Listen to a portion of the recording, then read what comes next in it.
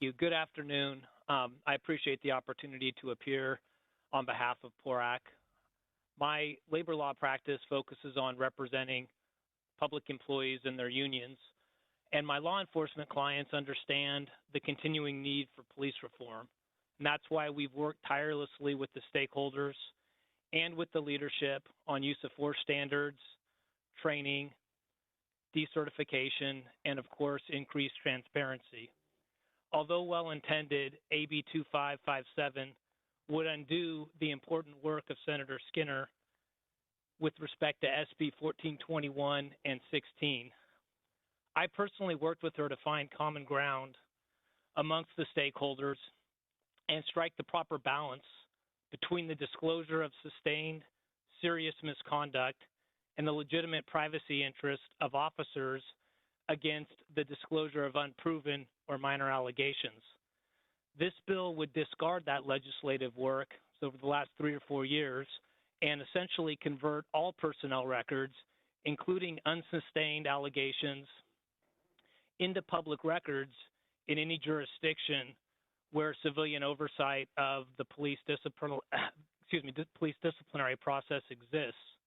And the reason for this is that civilian review boards depend on access to the internal affairs investigation, which is granted by the employing agency. They typically don't have the resources or the staffing to conduct completely independent investigations. And so the civilian review board's right to investigate, make findings, and make recommendations all exist through the nexus of the employer, as the courts have recognized. For example, in the city of Sacramento, the police department's Office of Public Safety Accountability, which are all civilian, they have full access to every complaint of misconduct, regardless of the nature, and that is investigated by the Internal Affairs Department. They have even the ability to sit in during the interview of officers. It's not just complaints that they receive, and they review the findings. They give advice to the department as to what their opinions are. It's taken into consideration in the discipline process, and then OPSA releases an annual report. You can find it on their website to take a look at it. And again, I think it strikes the right balance where it has summaries, and I believe that civilian review is important to maintain public confidence in law enforcement, but you have to strike the right balance between looking at sustained serious misconduct allegations as opposed to just any allegation. Another factor that's important to consider is that agencies have a year generally, and sometimes longer, to complete an investigation of misconduct. What that results in real life is that there's often a lag of 9-10 months between a stigmatizing allegation and the ultimate finding that may very well clear an officer. And under this bill, an innocent officer who's accused of a stigmatizing allegation would have that information publicized months before their name is eventually cleared. And we all know that the clearing of their name is not going to get the same publicity as the initial allegation. And that's why Senator Skinner's work was so important in looking at sustained allegations of serious misconduct.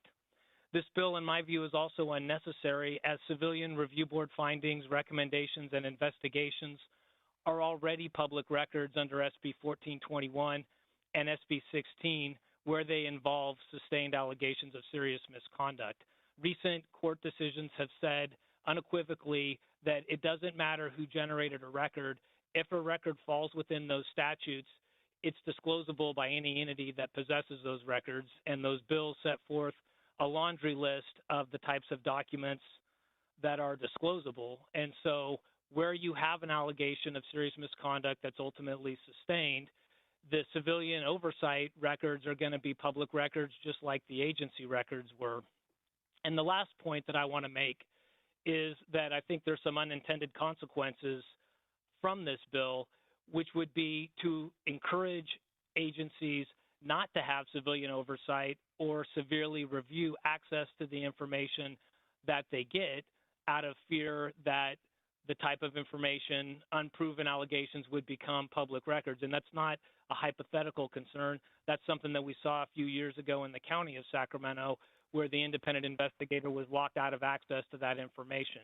The current system, in closing, strikes the right balance of only disclosing serious misconduct once it's been proven. that protects innocent officers, and it also gives the public information that it needs. Thank you for your time.